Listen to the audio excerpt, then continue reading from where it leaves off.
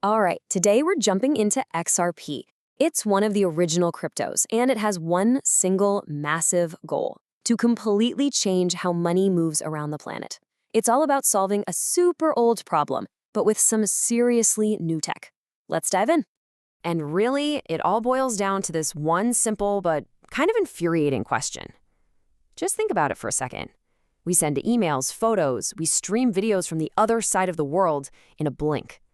And it costs us nothing. So why? Why is sending money still so slow and so expensive? It just doesn't make sense, right? And this right here just lays it all out, doesn't it? On one side, you've got the information superhighway, instant, global, free. On the other side, well, that's the money back road. It's slow, it's costly, and it's complicated. Our global financial plumbing is just old. It's like we're running the internet on brand new fiber optics, but our money is still chugging along through rusty old pipes. So, to really get what XRP is trying to do, we first have to meet the villain of the story. And that's the way we send money across borders right now. And get this, the main system that moves trillions, with a T, trillions of dollars around the world between thousands of banks, it was built back in 1973. 1973. I mean, it was amazing for its time, for sure, but today, it's just a huge bottleneck. Okay, so what does this old system actually mean for you and me? Well, you're paying for it, in time and in money. We're talking 3 to 5 business days for a payment to actually go through. And the fees? They're high because every middleman along the way takes a little piece of the pie. And behind the scenes, banks have to park tons of cash in these special accounts, just waiting. Heck, sometimes the payments just vanish into thin air. It's kind of crazy when you think about it. So yeah, that's the massive problem we're dealing with, and this is exactly where XRP comes in. It was built from the ground up to be a bridge for global payments. So how does it actually work? The secret sauce here is this idea of a bridge currency. Okay, think of it like a universal translator, but for money. So instead of a US bank trying to figure out a complicated way to swap dollars for, say, Japanese yen, they can just use XRP as this neutral middleman. It's the common link, the bridge that can connect any two currencies on the planet instantly. And look how simple this makes it. Let's say Bank of America needs to send $1 million to the Bank of Japan. The old way? That's a journey that takes days, involves multiple other banks, it's a whole thing.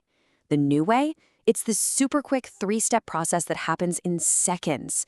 Dollars get swapped for XRP, the XRP zips across the ledger instantly, and the Bank of Japan swaps it right back into yen. Boom, done. No waiting, no middleman taking a cut. And when you put the numbers side by side, wow, it really hits you. The old system, we're talking days. Bitcoin, the OG crypto, it gets it down to about 10 minutes. Not bad. But XRP, we're talking 3 to 5 seconds. And the cost is basically nothing, fractions of a cent. Plus, it can handle over 1,500 transactions a second. Bitcoin can only do like 7. You can see XRP was built for one thing, and one thing only: moving money fast and cheap. Yeah, let's just sit with that for a second. 3 to 5 seconds. That's it. That's how long it takes for your money to arrive and be usable anywhere on the planet. I mean, that's not just faster than an international wire. That's faster than a lot of the apps you use to send money to your friends in the same city. This speed, this is the whole point. Okay, now we gotta clear something up because this is where a lot of people get tangled. What's the deal with Ripple the company versus XRP the crypto? Are they the same thing? Nope, not at all. Think of it like this. Ripple is the tech company. They build the software, they make the deals with banks. XRP is the actual digital coin, the asset itself. It runs on its own open source ledger. So while Ripple, the company, owns a lot of XRP, they don't actually control the network. If Ripple disappeared tomorrow, the XRP ledger would just keep chugging along without it. And here's the perfect way to lock this in. Think of Disney and Mickey Mouse.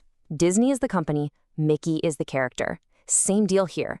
Ripple is the company, XRP is the crypto. You don't buy shares of Ripple on a crypto exchange, you buy the coin, XRP. But look, it hasn't all been smooth sailing for XRP. Not by a long shot. To really understand the whole story, we have to get into the big lawsuit and some of the fair criticisms people have. So back at the end of 2020, the SEC dropped a bombshell, a lawsuit against Ripple. And for years, this dark cloud just hung over everything. But then, in mid-2023, a huge breakthrough. A judge ruled that when you and I buy XRP on an exchange, it's not a security. That was a massive win for Ripple, and eventually the whole case was closed out, which gave XRP something incredibly rare in the crypto world, especially in the US: actual legal clarity. But that doesn't mean all the criticism went away. There are definitely still some valid points people make. For starters, Ripple, the company, still holds a ton of XRP, which makes some people nervous about centralization. Then there's the argument about its value. I mean, if it's only used for a few seconds as a bridge, why would anyone want to hold on to it long term? And let's be real, the competition is intense. You've got stablecoins and a bunch of other projects all trying to be the future of payments. So, with that huge legal fight mostly in the rearview mirror, where do things go from here? What's next for XRP? And maybe even for money itself? Well, despite all the drama, things are definitely happening. You've got Ripple working with over 300 banks and financial companies. MasterCard even launched an XRP debit card. And the tech itself, the XRP ledger, is starting to do more than just payments. It's getting into tokenizing things from the real world. So yeah, adoption is happening. And this all points to the really big idea here, the grand vision. It's not just about being a better Swift. Think bigger. As countries all over the world start creating their own digital currencies, these CBDCs you hear about, they're all going to need to talk to each other, right? How does a digital yuan talk to a digital euro? Well, the hope is that XRP can be that neutral bridge that connects all of them, letting value just flow effortlessly around the globe. So I'll leave you with this to think about. The whole point of XRP is to make sending money as easy as sending an email. And if they pull it off, if money just becomes another form of data that can zip around the world instantly for free, what else changes? What does that world look like? Something to think about. Thanks for tuning in.